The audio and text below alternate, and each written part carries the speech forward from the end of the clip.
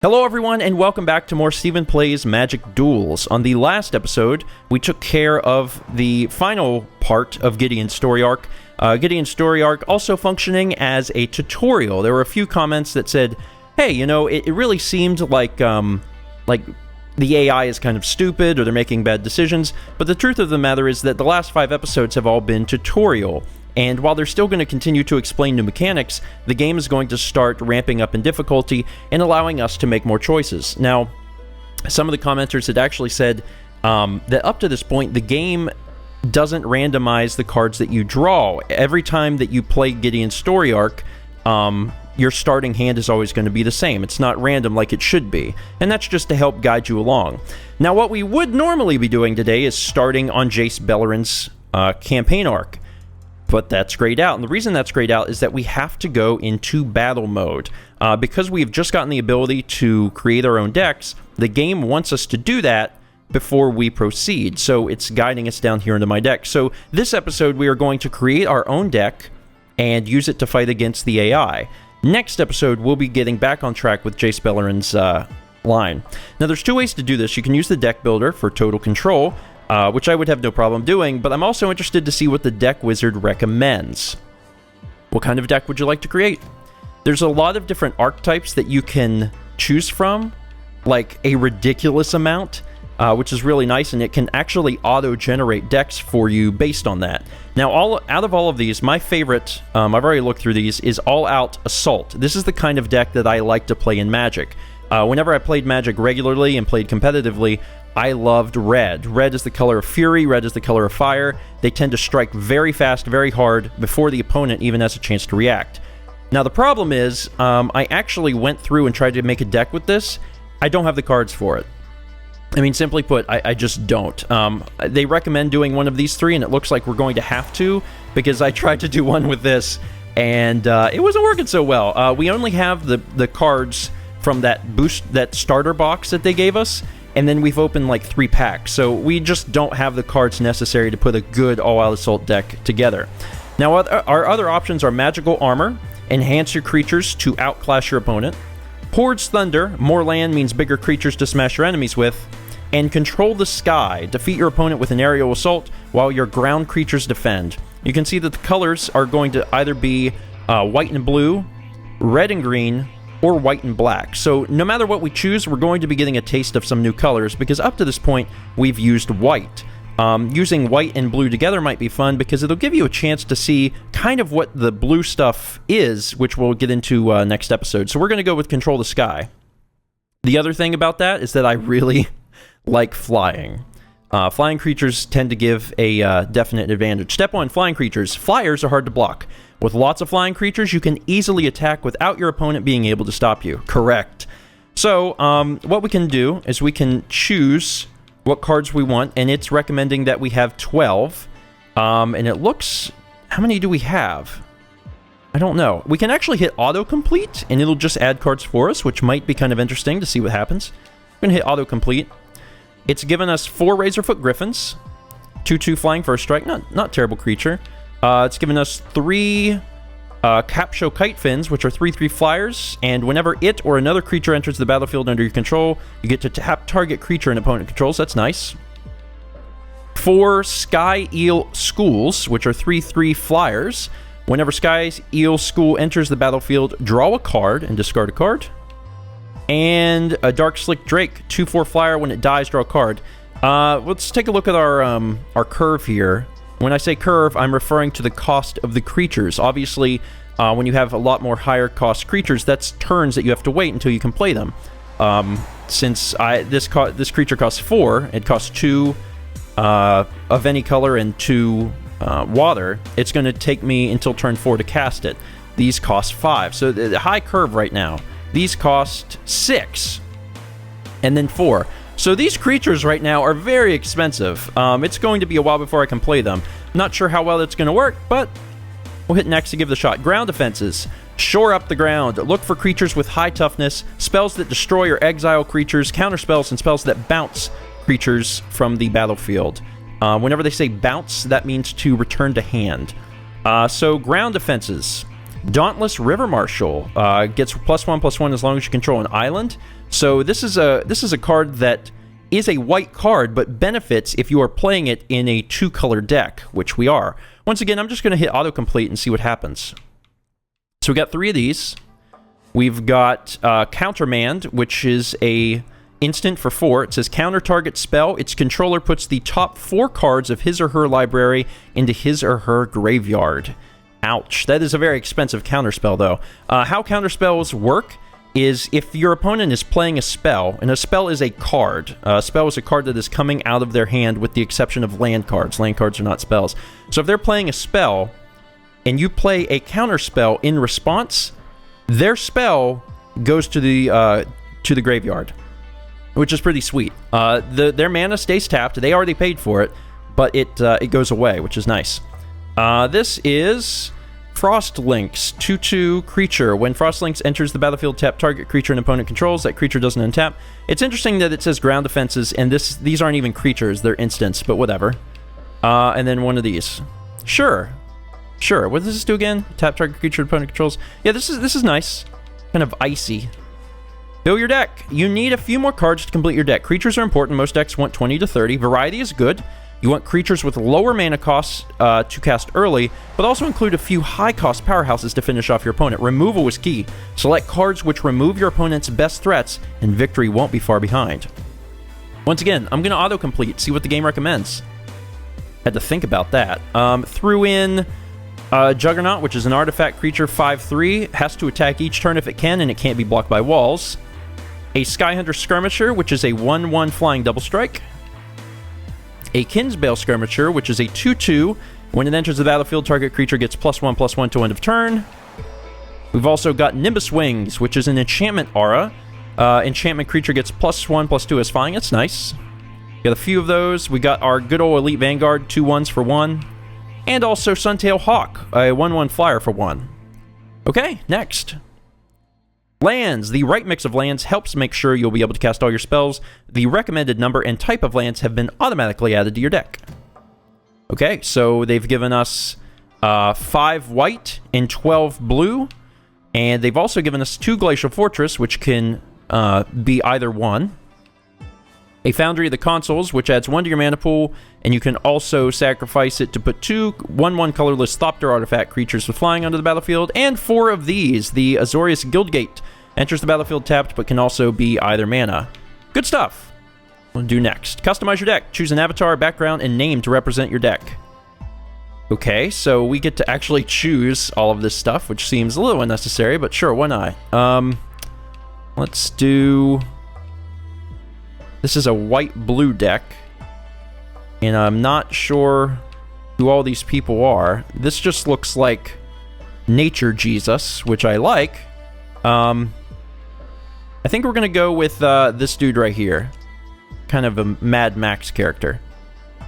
And he's going to be... Yeah, sure, we'll put him in Water City. Control the Sky, that's fine. We'll just call it Control the Sky. We now have a deck, and it actually rates it. Speed, strength, control, and synergy. A lot of strength, a lot of power in the deck, but to be fair, our card pool is not that great, so we'll just have to see what happens. Alright, so now we have a deck. Now that you have a deck, it's time to put it to use. Check out Solo Battle and give it a go, and that is what we're doing today, Solo Battle. Let's start out with an easy duel. Hit continue. We actually don't get to choose. We have to do easy, so we're doing easy today with our Control the Sky deck. And we're fighting this dude, who looks very perturbed. Alright, Stephen George versus opponent. My nameless opponent. Your turn. You play first. You can keep this hand or draw a new hand of 7 cards. Let me just quickly point out that that is not actually the way it works in Paper Magic. In Paper Magic, when you mulligan, you actually go down to 6 cards. And if you mulligan again, you go down to 5 cards. In the video games, for whatever reason, they did this in Duels of the Planeswalkers, and they're doing this in Magic Duels as well. Your first mulligan is essentially free. You get to keep drawing 7 cards, at least the first time. Normally, it's not like that. So we've got the Plains. We've got a Azorius Guildgate, which enters the battlefield tapped, and we can choose the mana. Elite Vanguard, which is nice. Kinsbale Skirmisher. Frostlinks. Nimbus Wings. and countermand. This hand is actually freaking stupendous. The reason it's stupendous is that we have a turn 1 and a turn 2. Well, this actually enters tap, so that's not exactly a turn 2, but it's still nice. It probably wouldn't have hurt us to have an extra land, but this will give us a pretty early lead. I think I'm gonna keep this. Keep hand. So we could throw the Guildgate in, but that's gonna come in tap, so we won't be able to play Vanguard. I want to play Vanguard, so I'm gonna play Vanguard. Bada bing, bada boom. Vanguard is in. Can't attack because of Summoning Sickness. Go to end step. And opponent's turn. He also has Azorius Guildgate. Is he playing the same deck as me? I don't know. It has not been revealed. This is actually good. I got another 1-drop, so I can put the Guildgate in and play Suntail Hawk. Fan-freaking-tastic. Alright, now we go to attack. Obviously, I'm going to swing for 2. Here we go. Confirm. I'm getting some early damage in on this guy, which is nice. No blockers. Damage. 2 to him. He's down to 18. And end. Alright, buddy. Let's see what you're going to do. He also puts into planes. He's copying me. Suntail Hawk. Cool. It seems like he's playing the exact same deck. I don't know if that's the way this works normally, but that seems to be what he's doing. So now we've got an island. So we have 3 mana available. We can play the Skirmisher. When it enters the battlefield, target creature gets +1/+1 to end of turn. We can do Frost Links. He's a 2/2. When he enters the battlefield, tap target creature an opponent controls. That creature doesn't untap during its controller's next untap step. That's kind of nice. We have also got Nimbus Wings. Enchant creature. It gets +1/+2 and has flying. Ooh! And then, of course, our counter spell. What do I want to do here? It's recommending this, which I can see why. I would be able to make my Elite Vanguard a 3/3 flying creature, which is pretty ballin', I'm gonna admit. Yeah, that's what I'm gonna do, actually. I'm gonna play this onto my Elite Vanguard. And he is a 3/3 flyer. Alright, so now we're gonna attack. I don't want to lose my Suntail Hawk, because I can pump him up or something later. I don't know. I probably got cards for that. Let's swing with the Elite Vanguard for 3 in the air. He's either going to take 3 or he's going to lose his Suntail Hawk. I'm going to guess he's not willing to lose his Suntail Hawk, which he's not. So damage is dealt. 3. Coming out of the gate swinging. The deck is behaving a lot more aggressively than I thought it would. But I'm cool with that. Opponent's turn, attack. Not going to swing, obviously. He's playing a Skyhunter Skirmisher, a 1/1 flying double strike, which is bad news. Bad news for our Suntail Hawk. End step. Alright, our turn. We've got a Razorfoot Griffin. And this is the answer. This is the answer to his Skirmisher that he just played. Now, the problem is, can't afford to play that. So I have to either put in the Kinsbale Skirmisher or the Frost Links. I do not have enough mana to play them both. Now, if I put in the Skirmisher, I could give my Suntail Hawk +1/+1, which would be kind of nice. The problem is the Skirmisher would still kill it, because it's a 1/1 double strike, so they would trade, and that still sort of sucks. Now, if I put in the Frost Link, that gets to tap target creature an opponent controls, and it doesn't untap next turn. So I could use that to tap the double strike guy, and then he would just have his 1/1. That seems like the better play. It wants me to do the Skirmisher, but I don't really understand why. If I do it on the Suntail Hawk, then we can trade.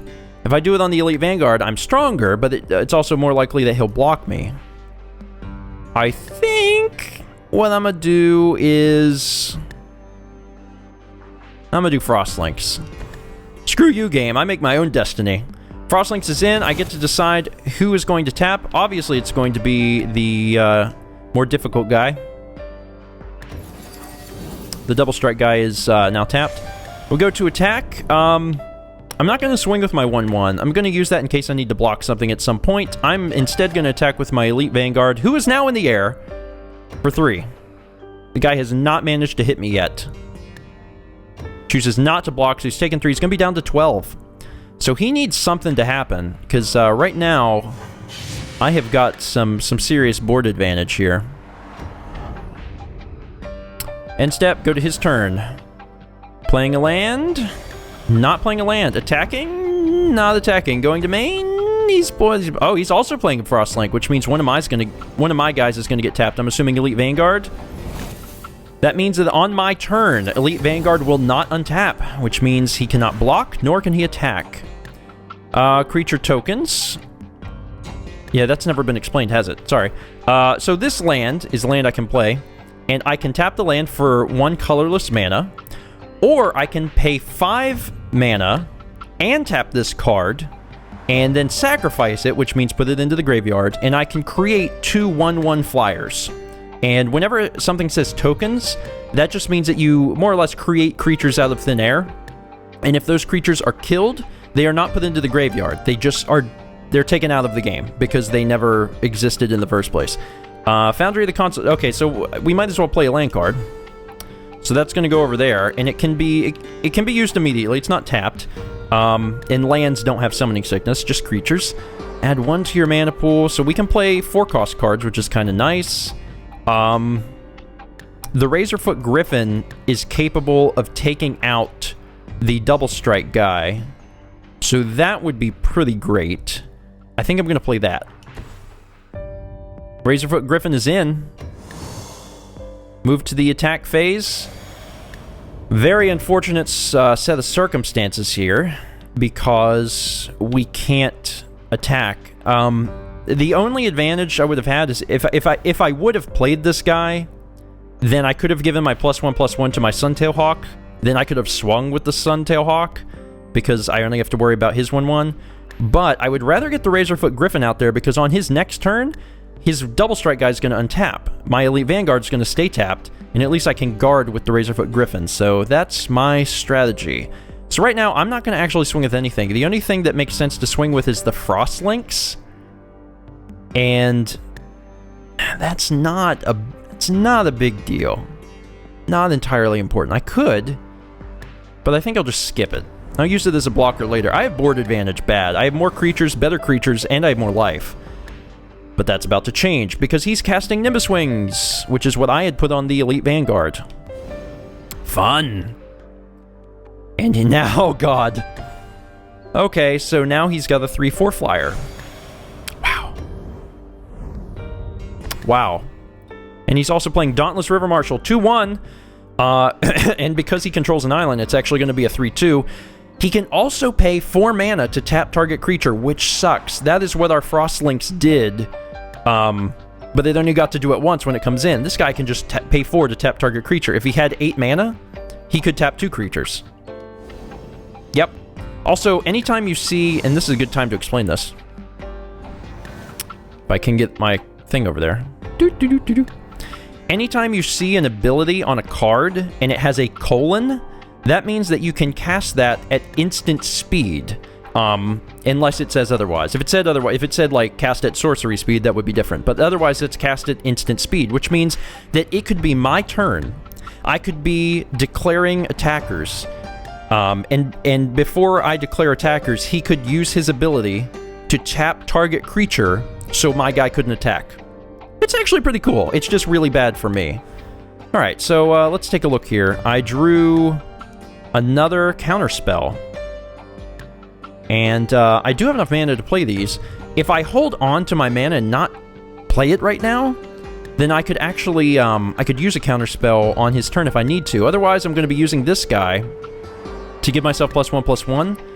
And I don't know if that's exactly what I should be doing right now or not. He could be playing something big next turn. It's hard to tell. We have no idea. If I play my Skirmisher, I could give my Elite Vanguard +1/+1. Then I would be big enough to take him on, but the problem is he could just double block. We're having an aerial battle right now, and I don't know who's gonna move first. This is let me be honest, this is actually pretty intense. Crap, man. He's got a double strike flyer, a normal flyer, and a 3/4. I've got a first strike 2/2, a 1/1, and a 3/3. I think the best thing to do is to just wait it out.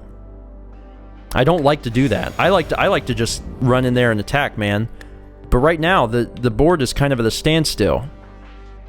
There's nothing I can really attack with that's going to give me a clear advantage. So I'm just going to sit. I'm going to wait and see what he does. I have a counterspell in my hand. It's great. It's still urging me to play the Skirmisher. And that makes no freaking sense at all. If I was going to play this card, this is the kind of card that you would play during first main, because your creature would get +1/+1, so they could attack and get that bonus. This is a card that you obviously would not play during second main. Let's hit continue. Everyone stays on their guard. Alright, buddy. You're doing the Skirmisher, though. Now, I can actually prevent this from happening. I have a counterspell. It depends if I want to let it happen or not. He's going to pump something up. Something is going to get bigger. What is he going to pump up, though? Probably the double strike guy. If I had to guess, it's probably going to be the double strike guy. I hate to waste a counterspell, but at the same time, I'd rather not deal with a 2/2 double strike coming at me, because that's going to be slightly... Well, I could take it out with Elite Vanguard. This is a hard decision. This is one of the reasons I don't like playing blue. I prefer playing red, where I'm just, like, attacking non-stop. Do I let this come in, or do I stop it from happening? Target creature gets +1. He's a 2/2 creature, so he's gonna have an extra creature on me also. Alright, I'm gonna go ahead and play it. I'm gonna counter this spell. So this spell never happened. Alright, he goes into attack. Is he gonna attack? He is not. And he probably would have. Oh, but he gets another one of these bullcrap guys. Fantastic. Good for you, buddy. Good for you. So pleased. End. Yes, end my suffering. I got a Glacial Fortress, which is going to come in untapped. See, normally it would enter tapped, but I control a plains or an island. I actually control both, so it doesn't matter. Go ahead and put that in. So I've got extra land available to me. Now I can play the Skirmisher. If I play the Skirmisher, I can't play the Counterspell. Once again, he could have something crazy in his hand. He's got 2 cards in hand. You can tell by looking at the top of the screen, he's got 2 cards. Don't know what those are. Could be scary. He might have something that, you know, that he can play once he has a lot more mana. It's going to be big and be hard to deal with. 3/3, a 1/1, 2/2 on the ground, and a 2/2 first strike. God. There is... The board position right now is pretty much the same as it was last time. And I also got to be careful, because if at any point he can start using the... Not that guy. Not you. Have to move over there. This guy. He can use his ability to start tapping my guys and preventing them from blocking, which is going to be very bad. Very, very bad.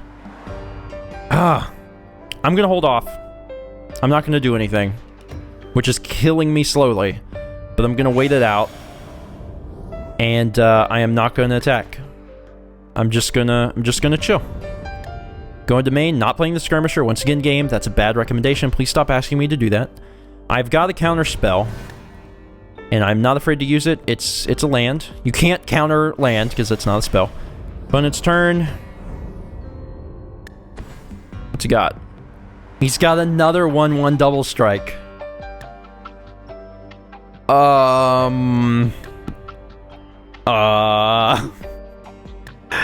No, don't play that, please. That sucks pretty bad. Do I let it go? I feel like the worst is yet to come, too. He only has 5 lands. I am going to... I think I'm going to allow it, just because I want to hold on to a counterspell, because I'm worried what might be coming. I allow it. It's in. Golly. Alright, I got an island. The advantage here is that I now have enough land to play both of my cards if I wanted. I can play my Skirmisher, and I'd still have enough land to play... Wait, do I? No, I don't. How many lands do I have? Yeah, I do. Yeah, I have 6. Sorry, I'm bad at math. I could put this in and swing. But is that going to do me any good? I'll have a 4/4 flyer. He could block with some guys. You know what? Let's shake it up. I say screw it. Let's shake the party up. We're going to give it to my Elite Vanguard. Yeah, that's the right move. So now we've got the 4/4. Who am I going to attack with? It's suggesting the Elite Vanguard, obviously. Now remember, he only has that bonus till end of turn, so if you're going to attack, now would be the time. So I'm going to attack with the Elite Vanguard. I have no idea what he's going to do. He could just let it go through, which is perfectly acceptable. But I'm not sure. But 4/4 is a pretty big guy. If he chooses at all to block with his Frost Links, I can kill the Frost Links. I'll probably lose the Elite Vanguard, but at least I'm not dealing with a 3/4 flyer anymore. Attacking with only one, let's see what he does. Blocking with... Interesting. He's blocking with his double strike guys. Okay, everyone trades. That's fine. That's fine. They do their first strike damage first. Not enough to kill me, and then I do... Now we do normal damage. I do one to kill that, it does one to kill that, and all three of us die. Little unfortunate. But what are you gonna do? He's still got this 3/4 flyer, which means I now no longer have an answer to that, but I know I have bigger flyers in my deck. It's just a matter of getting a hold of them. And now he feels like he can attack. He's also using his ability. You notice that he used his ability here to tap my Razorfoot Griffin, because he knew that the Razorfoot Griffin was the first strike guy who would give that guy some trouble.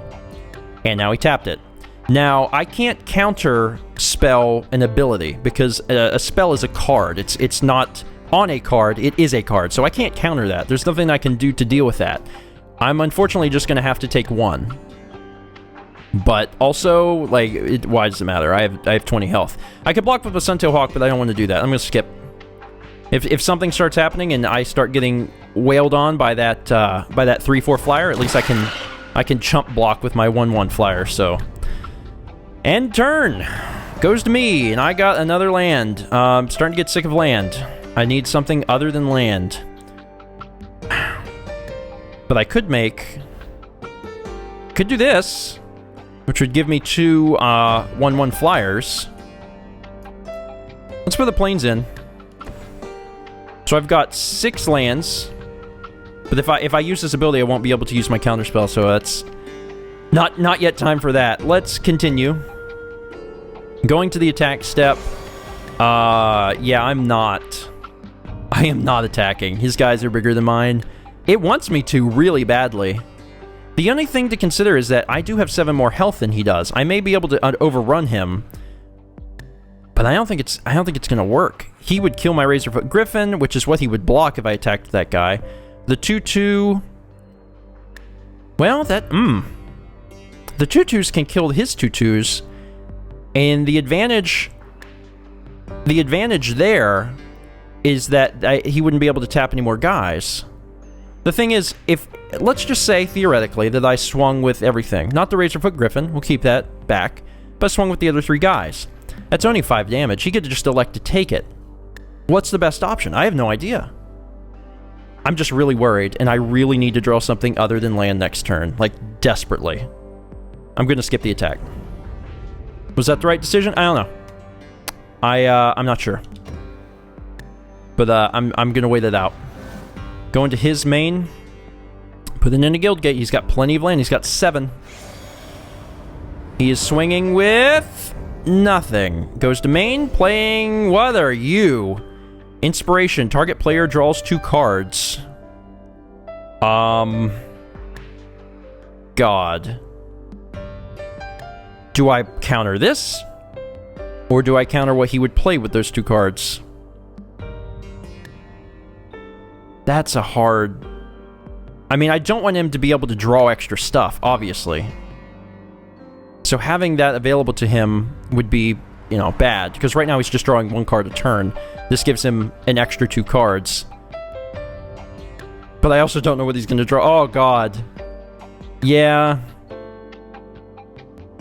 I would rather him draw the 2 cards and then potentially play a big monster that I can block. I'm actually going to let this happen. I am going to let that happen. So he's got 2 more cards. And he can play an Elite Vanguard. That's no threat to me at all. I'm not going to counter that. I'm really holding out to see if he's got a big guy. This is a wacky game, man. This is getting wacky. I got another Razorfoot Griffin, which I am extremely thankful for. If I play this, I'm not going to be able to play my counter spell. Oh my god. Shoot. I may want to hold it. I may actually want to hold it. But if I get it out there, he may not attack, because he's probably not going to have enough mana to use his little tap creature ability. Oh my god, this is difficult. Darn you, blue. I think... I'm going to continue. I want to hold that counter spell. I don't know if I'm going to need it. I'm not swinging with anything. I'm skip the attack. I still have 19 health. Not too concerned. Not putting Griffin in. Continue. Holding the counter spell. Seeing what happens. Trying to get some more mana to be able to play both. What's happening? Goes to attack. He is not going to attack. I believe he is not going to attack. He is going to attack.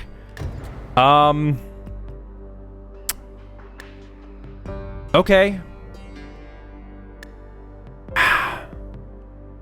God.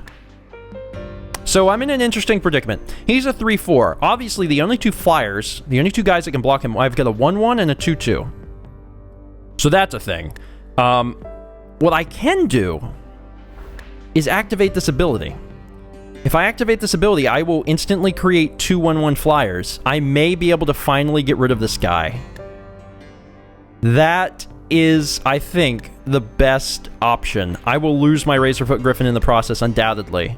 But I will make 2 1-1 flyers, so I think I'm actually going to do that. The thing is, he's still got all this untapped mana, and if I do this, I'm not going to be able to do a counterspell. It is a risk. It is a huge risk. But I think it's the right thing to do. Alright. And I get to... Let's see. To cycle through available mana combinations to pay for this ability. Okay, so it's asking me what I want to leave. Because I have to tap 5. It doesn't matter because I won't be able to pay for it anyway. But I will leave a guild gate open because then I could technically play either, I guess. Tap 5. I've created 2 new creatures. And you'll notice that the creatures look... they have a funny frame because that is the frame of a token. Token artifact creature flyer. So now I can block. Hall of friggin' Luya. So I'm going to block here. Choose which creature you want to block. Oh, I don't know. Maybe the only one attacking. Here. And then... here. And Razorfoot Griffin. There's technically a chance that he would not choose the Griffin first, but I don't know why he wouldn't. So I'll just choose all of them. Confirm block.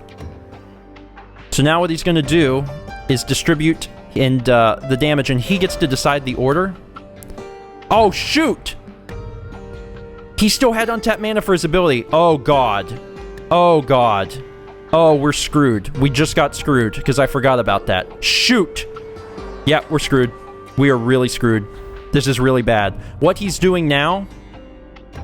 man, I wish I would have remembered that. He is now causing me to be... no, wait, actually, no. I still get to do it. That's right. Wait, that was stupid. Why didn't he do that before I did the thing? Before I declared blockers? That's odd. I don't understand. So what he should have done is he should have used his... oh, now he's doing Nimbus Wings again. That's exciting. He should have tapped my Griffin before I declared it as a blocker. Which is odd that he didn't, but I guess he wasn't concerned until that point. So here's the good news. The good news is we got rid of the 3-4 flyer. The bad news is that there's a 4-4 flyer. So things actually got worse. Which is not stupendous. We have 6 mana available to us. Dang, and I lost my Razorfoot Griffin, which I assumed would happen. I still got 2 flyers. I could put in the Razorfoot Griffin that I have here. He can tap it if he wants. Shoot! I really got to get through these defenses, man. This is insane. Elite Vanguard or Razorfoot Griffin. If I do the Vanguard, I can still play Counterspell. He could still have something big coming. That's why I've been holding it. Oh, man. Let's do the Griffin. I guess. Maybe.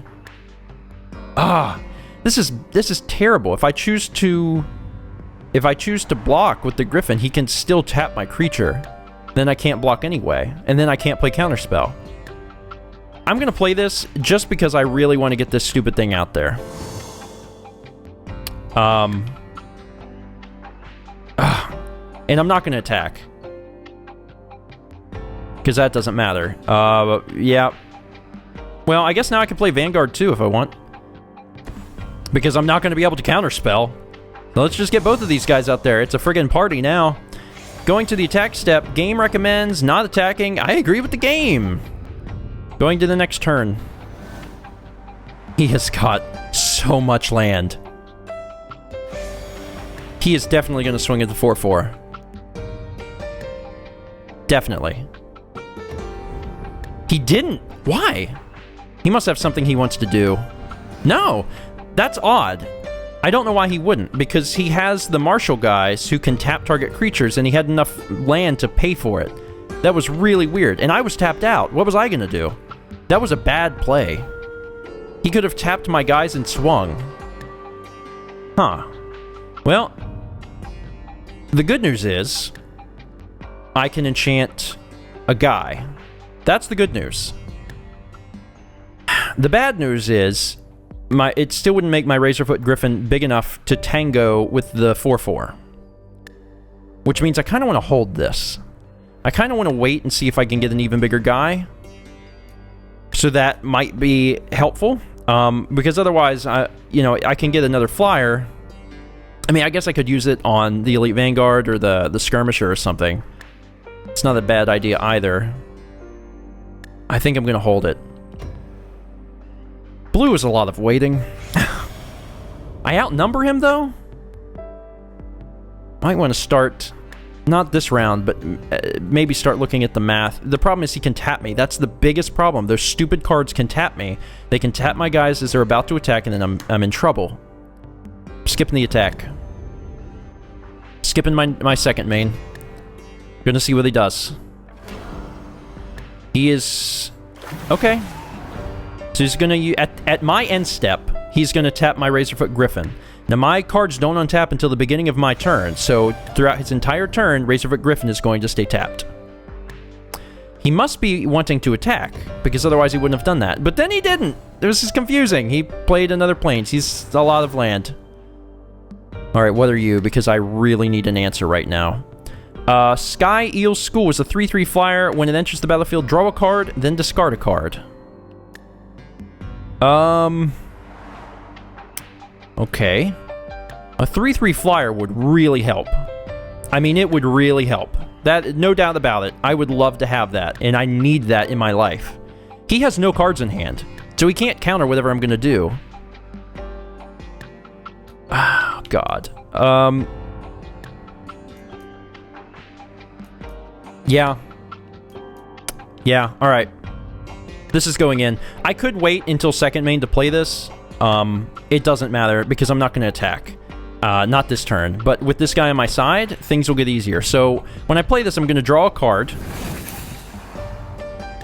So I got Capsho Kitefins, which is a 3/3 flyer. Whenever it or another creature enters the battlefield under your control, tap target. Nice! Okay. And now I have to discard a card.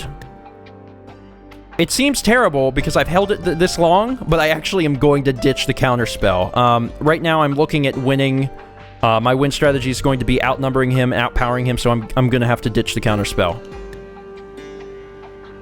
Choose a card to discard. What do you mean? I did. This one. Oh, I have to confirm it. Yeah. There you go. Go to the attack phase. Not attacking yet, because my 3/3 flyer is not able to. That said, I'm pretty freaking pumped.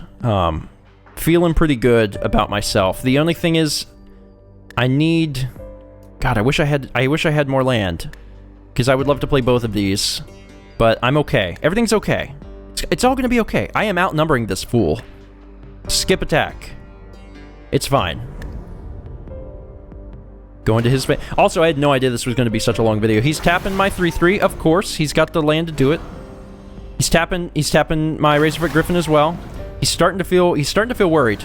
Definitely starting to feel worried. He tapped my guys on my end step, and now he's going to go to the attack phase. Is he choosing to attack? I don't think he can. I think he's worried that at this point, I'm going to outnumber him so bad that if he attacks, he's going to be open for an attack. Oh, he's putting in a Griffin. Not excited to see that. But what you gonna do? Alright. Got another guild gate, which unfortunately enters tapped. But at least I have land. I really wanted to attack him. And I can still attack him. I can still go for it. It's recommending that I play the kite fins. I've got a few guys in the air. He's got a few guys in the air. We can have a frickin' war right here, baby. We really could. I don't know what the outcome would be. And I kind of don't even want to figure it out. I kind of just want to just go for it and be like, yeah! But I'm not sure. So I was going to give Nimbus Wings to one of my other guys. Giving it to the Razorfoot Griffin would be pretty swell, because then it would have first strike. Can also play this, and then I could actually... tap target creature and opponent controls. So if I'm gonna swing, that would help me, because that would eliminate a blocker entirely. God, he can still, right now, he has enough mana to tap one of my creatures. But just one. Just one. The other thing is that he can still use his activated ability to tap my creature, even if his card is tapped. So that doesn't limit him. Oh my god. I think the best thing to do is probably put this guy in. It's going in. Do you have a counter spell, buddy? Choose a creature to tap. Obviously, I want to tap that big guy, that 4/4. So he gets tapped. Great. We are going to attack step. I really think I'm going to swing with everyone. Even when I swing with everyone, I'm going to have a 3/3 left to block. And he's got 12. I'm going to overrun him with stuff. I would normally try and very meticulously calculate what I'm going to do, how it's going to work out. In this case, I'm not, because I feel very confident. I got too much stuff coming at him. I'll let him figure it out. And I still have Nimbus Wings. I can pump up a creature for next turn. Basically... this has been a very long battle, and it has taken me a while to get the resources needed. But I did, and I'm here, and now he's got a deal. So let's see what happens. He is activating his ability. So I am not attacking. I'm doing 2 damage to him, apparently, and he's blocking a lot. He's got his first strike guy on my links. Fair, that makes sense. I'm doing 1 damage to him with the Suntail Hawk. The Thopter's doing 1 damage to him. Doing 3 damage with the Sky Eel School. These guys are trading. These guys are trading. I'm gonna be honest, that battle came out in my favor as far as I'm concerned. Now all my guys are open, because he used his ability to tap my guy. He can swing for whatever that is. He's gonna swing for 5. He could have swung for 9 if he wanted to. Swang. He could have swang. Okay. 2 damage. And then an additional 3 damage. The advantage of having a lot of guys on my side, though, is that if I have more guys, he has less guys that he can use his stupid ability to tap. Although, guess what? I just got the same thing. That's brilliant. And I can play both of them. Cool. Very cool. The other thing is I can actually pay for that ability immediately, which is nice. And I can actually choose how I pay for this, which I may have to, because I probably want to use... oh, I won't be able to afford the ability if I do it. If I do that in Nimbus Wings, which I think is the correct thing to do. I think I need to play Nimbus Wings. I'm gonna he's dead. You guys see this? He's dead. He's got one blocker. Just one. He can tap 2 of my guys. So he's going to tap the 2 biggest, 3-3 and 3-3. He can block 1 guy. So he's going to block the 2-2. So he's going to... Oh, wait, I'm not going to kill him, am I? No, I'm not going to kill him. I'm going to get close. But, like, I still can't kill him. Dang it. All of my guys are flying, too. Or I could... I could put this guy in. Tap his guy. How much land does he have? He's got 10, so he can tap 2 of my guys. Yeah, he's going to tap 2 of them. He's going to tap the 3-3 and the 3-3. If he can't block at all, he will then take 4, and he'll have 1 life left. Oh my god. That's what I'm going to do. That's what I'm going to do. He's going to be screwed. He's going to be screwed. Alright, this is going in. Okay, abilities. I'm aware of how abilities work. And when... Oh! That's right! When I play a creature, this thing gets a thing. I forgot! You guys remember that? The card that I can't now select for some reason? Anyway, yeah, obviously the guy who is... This card can't be targeted by the spell or ability. Wait, why? Oh, I selected the wrong thing. There we go. I forgot! God, remembering that is nice.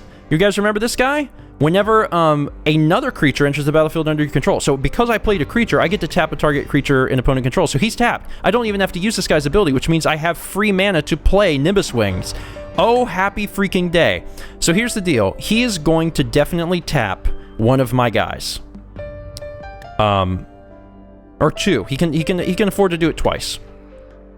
So he's going to tap 2 of my guys. He's going to tap the 3-3 and the 3-3. So I'm going to swing with the 2, the 1, the 1. So I need to give this to a 1-1 because I need to spread out the damage as much as possible here.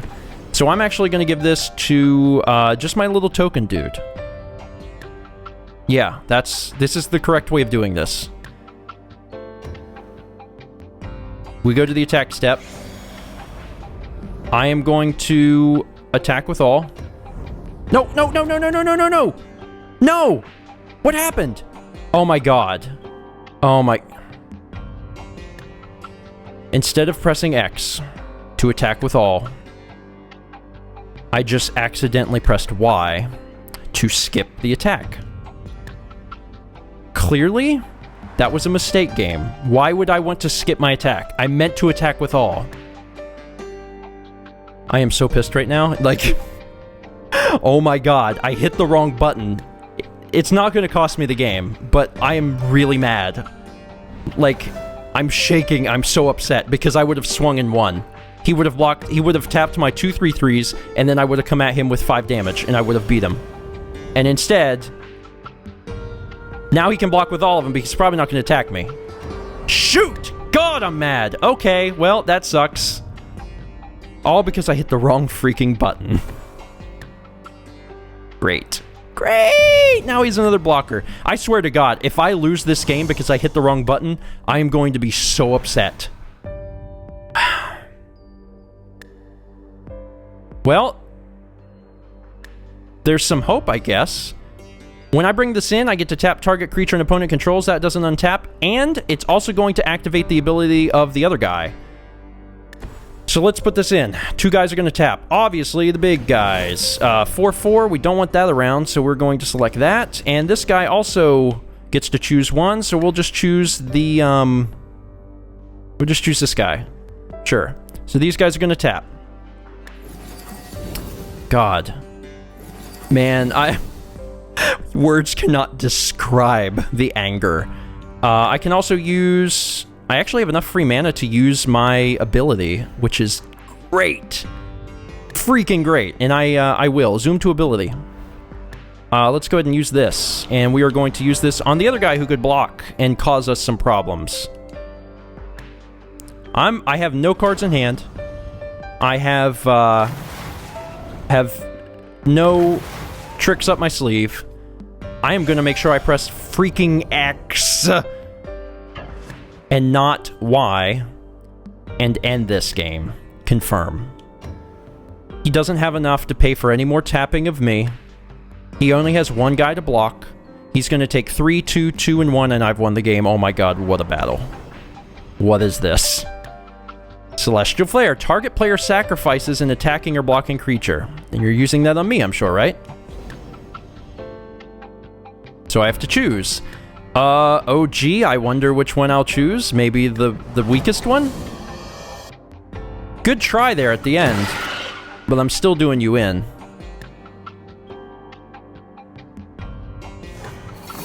Two damage. 3 damage. Gotcha. And these guys trade, which no one cares about at all. My friends, that was an insane battle. If you watched this entire video, bless your soul. Also, I hope that this was a good illustration of how difficult the game can actually be on you, because Gideon's story arc was not. Gideon's story arc was like, hey, you know, here, beat me. And this was like, oh, good luck.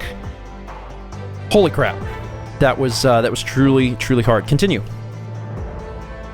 Archetypal, win 2 duels with that or that. Okay, and also airborne, controlled 4 creatures with flying. Dang, man. Dang. That was a rough fight. He looks... I would say he looks mad, but he looks the exact same as he did before. Congratulations, you've constructed your own deck and taken on powerful Planeswalker. You have unlocked every play mode. If you need more help, you know where to get it. New quests are given out every day. Do the quests, and you get junk crap. You know? Okay. Neat. Holy crap, you guys. That means that we have unlocked the other story arc, so we can actually get started on the other ones. Next up, Jace Beleren.